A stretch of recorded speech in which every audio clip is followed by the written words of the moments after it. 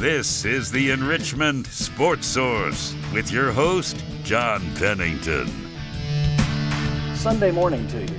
Not necessarily good Sunday morning to you. Tennessee loses big at Oregon. We're going to break down Tennessee's next game at Florida, and we'll talk a bit about the NCAA clouds that have blown back in over Knoxville. In other words, we're going to try and put the fun in funeral. We start, as always, with this first segment brought to you by our friends at Enrichment Federal Credit Union. All of you folks out there with big credit card bills, you can save yourself cash by transferring those balances over to an Enrichment Visa, an Enrichment Visa Gold, or an Enrichment MasterCard.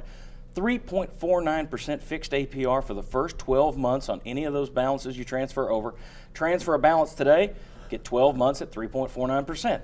Transfer another balance next month, get another 12 months at 3.49%. Just another way that Enrichment Federal Credit Union makes your life easier when it comes to banking.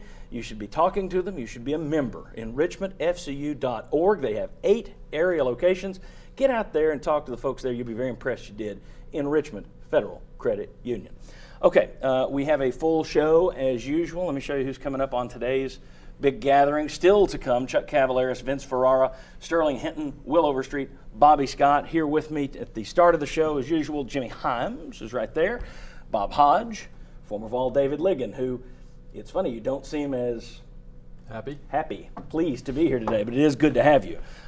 Tennessee loses 59-14 to Oregon. It's their worst modern-day loss. It's the worst since a defeat at Georgia 44-0 in 1981, though that team finished 8-4 for Tennessee, by the way. Oregon had 25 minutes, 42 seconds of possession time. They scored 59 points. Yeah, they averaged 1 point every 26 seconds. Now, here's the thing. That ain't unusual for Oregon. That's what's frightening. I want to know, though, any of you view Tennessee differently today than you did yesterday morning? Or anything in that surprise you? I mean, do you see them in a different light? I do a little bit. I got to admit, defensively, I thought that they would do better. There were 2 areas that concerned me. The secondary had some bust, but the obvious lack of speed compared to Oregon. Mm-hmm. And Tennessee's playing a lot of walk-ons in the secondary, and they've got scholarship defensive backs on the bench. I mean, so the secondary was awful, among other things. And I'm disappointed in the offensive line. I thought it would be better. I thought it would handle the line of scrimmage better than it did against Oregon. And if they don't do any better against Oregon, what are they going to do when they face Alabama and South Carolina and Florida? So I do look at them a little bit differently. Bob? Nope.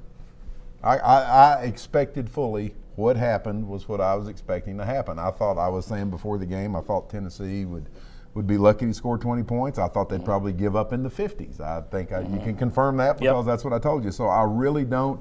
Are there individual areas where I'm more concerned about than I was? Sure there are. I don't think Corley played a very good game. He looks tentative. He looks like he doesn't have confidence in himself. But you're also talking about a thin team that went up to Oregon even thinner than they normally are. So, no, I don't think really anything changed for me. I think Oregon's very, very good, and Tennessee is in full rebuilding mode. No speed, no depth, no playmakers, no quarterback. First road game at a place where nobody wins. The recipe was there. It wasn't a very good concoction. Do you view this team differently today? I have to say yes, because I expected. Well, I was ever hopeful that they would win. You sat too close to Sterling last week, didn't you? Yeah, we're always going to be on the same page for that. But I'll go right back to it before the Florida game, and I'll expect them to win. I will never expect them to lose. I mean, the expectation at the University of Tennessee, I don't care who you play, is to win, and I don't care who the roster's filled with, it's to win. So I'll go back to it. Okay. You can step back into the bubble. Yes. I stepped out, and it wasn't very comfortable, so I got to go back in. There were some people yesterday saying. He needs to remember Tennessee tore down the bubble. There were some people yesterday who were saying this should never happen at Tennessee. And I just want to say, here are the teams that Oregon has scored between 40 and 70 points on just in the last 5 years. Some of these 3 and 4 times apiece. Arizona, Arizona State, Southern Cal, UCLA, Washington, Washington State, Cal, Stanford, who's been a top 10 team, Oregon State, Colorado, Virginia, Tennessee, and Wisconsin have all given up between 40 and 70 points to that Oregon team. And in terms of this should never happen at Tennessee stuff, that's what Alabama said when they lost to Louisiana Monroe. That's what Michigan said when they lost to Appy State. And that is what Florida said when they got clobbered by Louisville last year.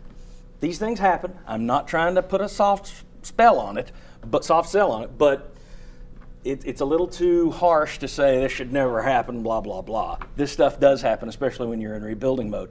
Let's talk about the quarterback situation. I'm going to get to you with the offensive line. I'm going to talk quarterbacks with you. Where are you right now? I mean, I think you're stuck in a situation where your veteran quarterback, Worley, does not look very good. He looks very tentative. He doesn't have to have receivers open. He has to have them open by yards, which in major college football you're not going to get very rarely. And I don't think Peterman is the answer. So what you're stuck with is really 2 freshmen. Do you want to go into the grind that you're about to go into? Right. And put 2 freshmen out there when your odds of success are just low. I mean, he's a former player. I'm a fan. I want him to win too. But you also got to look at the reality. And so I think Tennessee is kind of stuck at where they're at. It's either Worley or Peterman. I would not put a freshman in right now if I'm them. Jimmy, your thoughts on this? And Butch Jones said yesterday he had to look at the film to see what receivers were open. You're missing You're missing Devin Young. You're missing Pig Howard. You're missing Jonathan Johnson. He didn't have his full arsenal, but that hurts. But he also was missing receivers that were open. Yeah, and he's when I try to grade him or evaluate him, is his play good enough to beat Auburn, Vanderbilt, Missouri?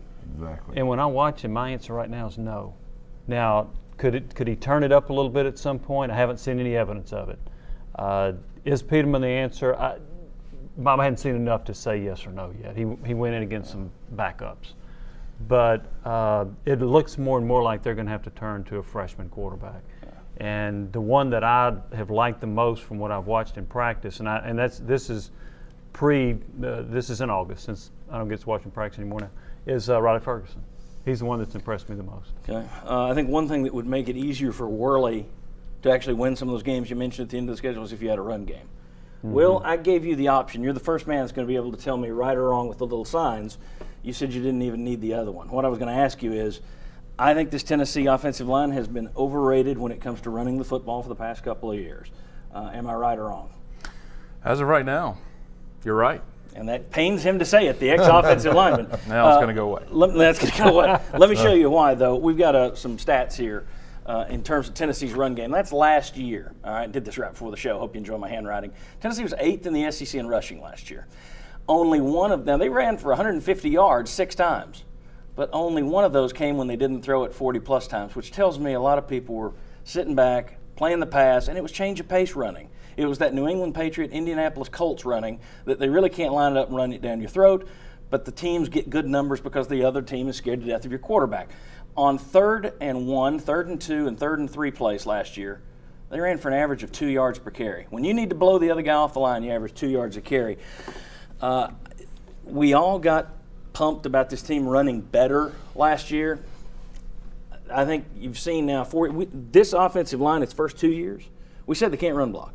Last year, everybody went gaga for Sam Pittman because they ran better. I think the more we look at it, that was change of pace yardage. I really do. And it's not helping, Bob, that they're slamming people in there and playing now. Everybody knows you're going to run. Yeah. But, David, your thoughts about this O-line and some things that you saw yesterday that ticked you off?